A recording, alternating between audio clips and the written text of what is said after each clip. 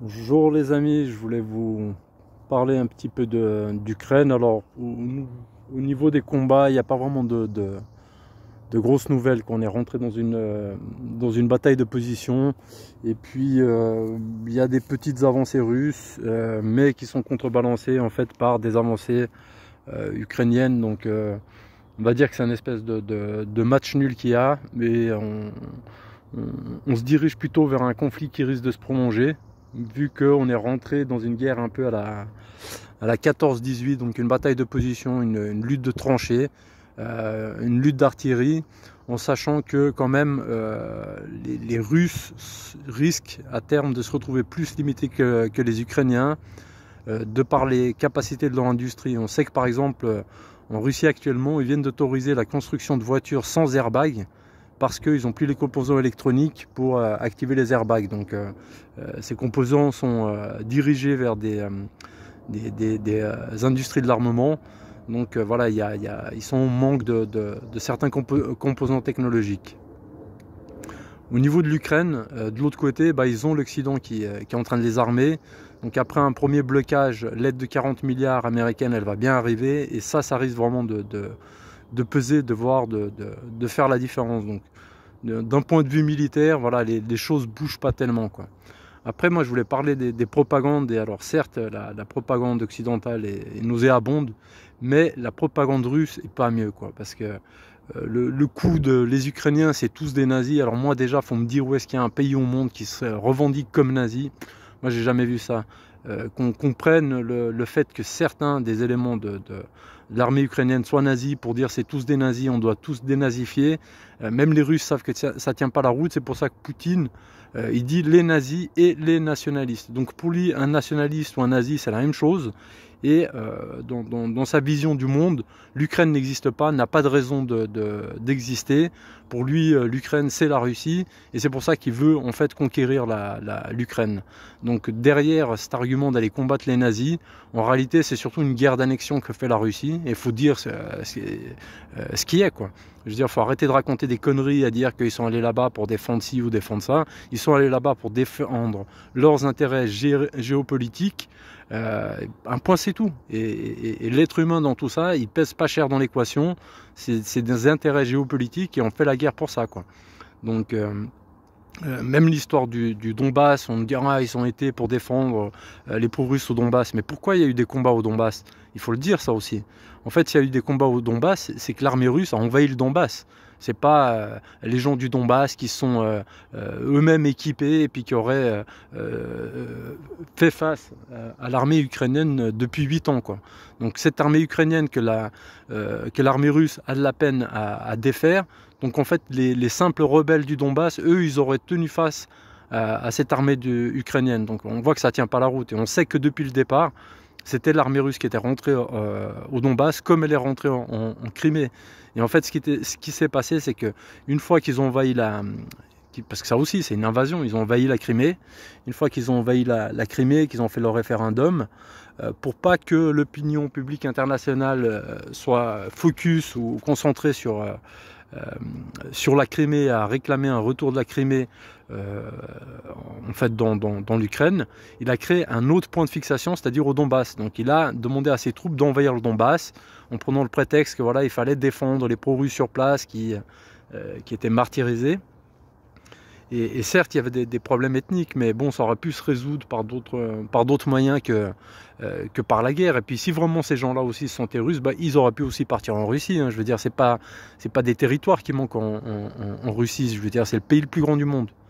Donc, que le pays du plus grand du monde aussi fasse des guerres d'annexion, c'est un peu dommage de voir ça, parce que quoi qu'on dise, les Ukrainiens, ils ont le droit, comme tout le monde, comme un Français, comme un Marocain, comme un Portugais, un Espagnol, un Italien, un Chinois, un Indien, de vivre tranquillement dans leur pays. Pourquoi on irait ce droit aux Ukrainiens? Je veux dire, ils ont le droit de vivre comme tout le monde, quoi.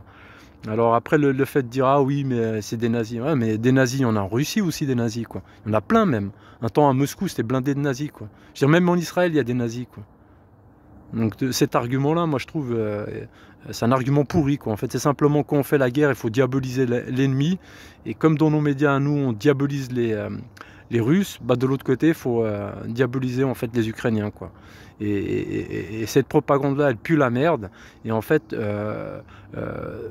ce que je dirais, c'est que derrière les guerres, il faut plutôt voir, parce qu'au final, les guerres, c'est toujours pour des intérêts. Ça peut être des intérêts financiers, des intérêts géopolitiques, des intérêts géographiques. Et là, simplement, en fait, les Russes, vu qu'ils avaient pris la Crimée, il fallait qu'ils sécurisent en fait l'accès terrestre de la Crimée, parce qu'une île, ça reste dur à défendre, surtout une île d'une taille moyenne ou modeste comme la Crimée, qui avait un seul accès, qui était un pont, quoi. Donc pour les Russes, il s'agissait simplement de sécuriser cet accès. Et puis là, on voit que s'ils avaient les moyens de leurs ambitions, ils prendraient carrément tout l'accès à la mer Noire à l'Ukraine, quoi. Mais ça aussi, de quel droit ils font ça, en fait, quoi. Je veux dire, moi j'ai aucun souci à critiquer les guerres américaines quand ils ont envahi l'Irak, enfin tous les pays qu'ils ont envahis, mais c'est pareil pour la Russie, quoi. Je veux dire, les Russes aussi, pourquoi ils auraient le droit de faire ça, quoi.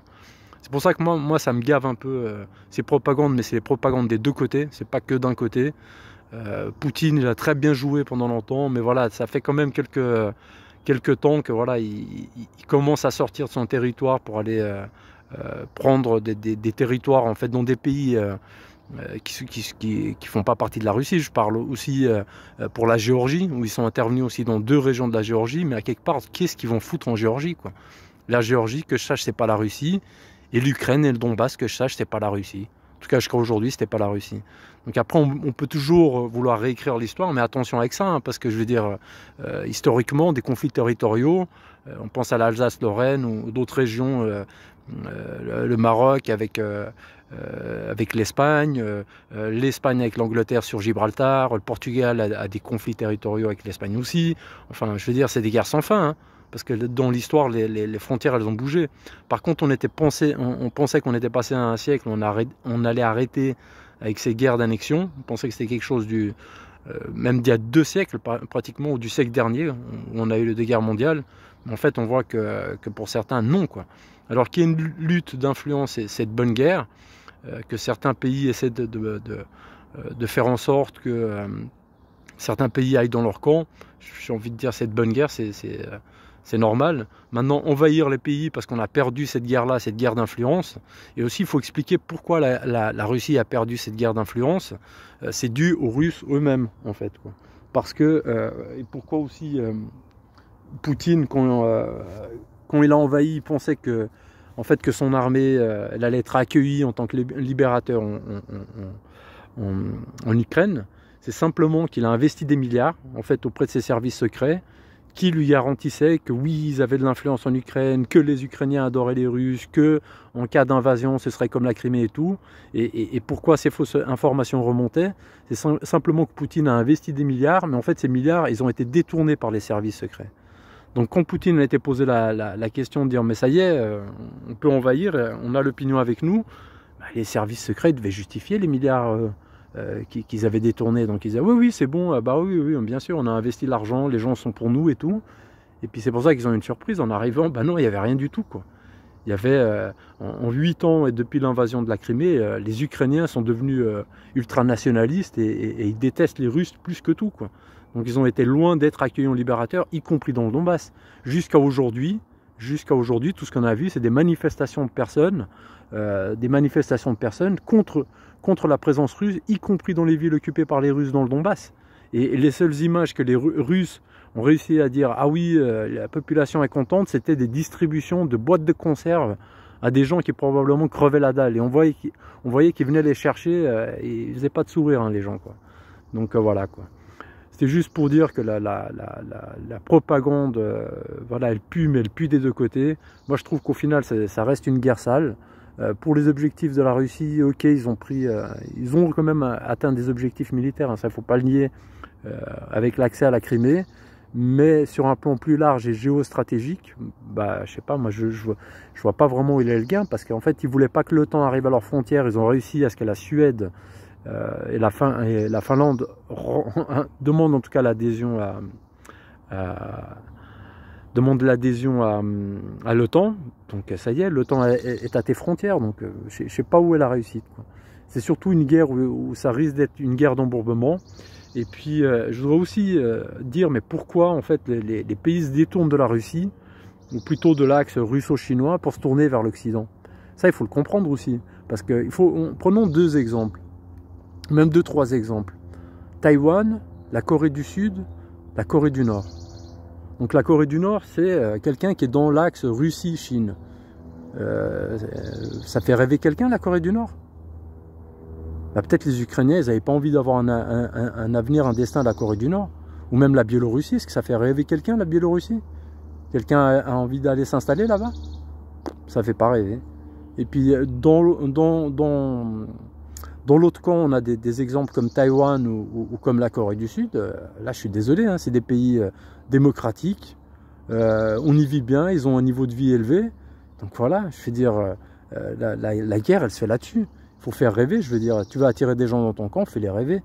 Mais si tu n'arrives pas à les attirer dans ton camp et qu'ensuite la seule solution, c'est d'envahir ces pays, bah pour moi, voilà, moi je suis quelqu'un de libre, j'ai mon propre point de vue sur la situation. J'essaie de ne pas me placer ni dans un camp ni dans un autre, mais de voir les choses, j'essaie de voir les choses telles qu'elles sont, en enlevant le côté émotionnel. Et simplement, bah voilà, justement en politique, il faut enlever tout ce côté émotionnel et puis simplement regarder les intérêts. Où sont les intérêts?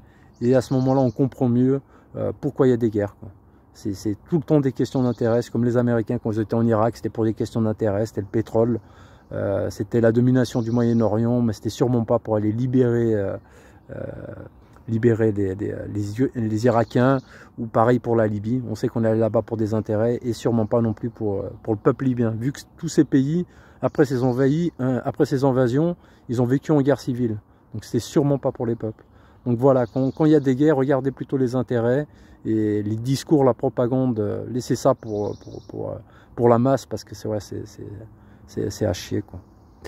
Voilà les amis, c'était ma petite analyse de la situation, et puis un peu un coup de gueule, parce que moi ça me gave la propagande, mais la propagande des deux côtés, quoi. Sinon, ça fait longtemps que je fais plus de live, ou simplement je me déconnecte un peu de YouTube, et puis je profite du beau temps, je profite de l'été, voilà, je fais un peu de sport, je profite du soleil, il fait beau, les gens sont de bonne humeur, donc il faut pas oublier la vraie vie, c'est celle-là qui est importante. Donc concentrons-nous sur ça, et puis regardons tout ça de loin et avec distance, parce qu'au final on n'est pas vraiment directement impliqué. Il ne faut pas se sentir impliqué plus que ça, parce que quand on commence à être trop impliqué, c'est là où il y a un risque de guerre mondiale, quoi. Donc en espérant qu'il y ait la paix qui arrive, parce qu'au final, moi je déplore toutes les victimes, qu'elles soient russes ou ukrainiennes, et j'espère que ces gens vont arriver à s'entendre pour le bien de tous. Voilà, ce sera mon mot de la fin, et bon week-end à tous les amis.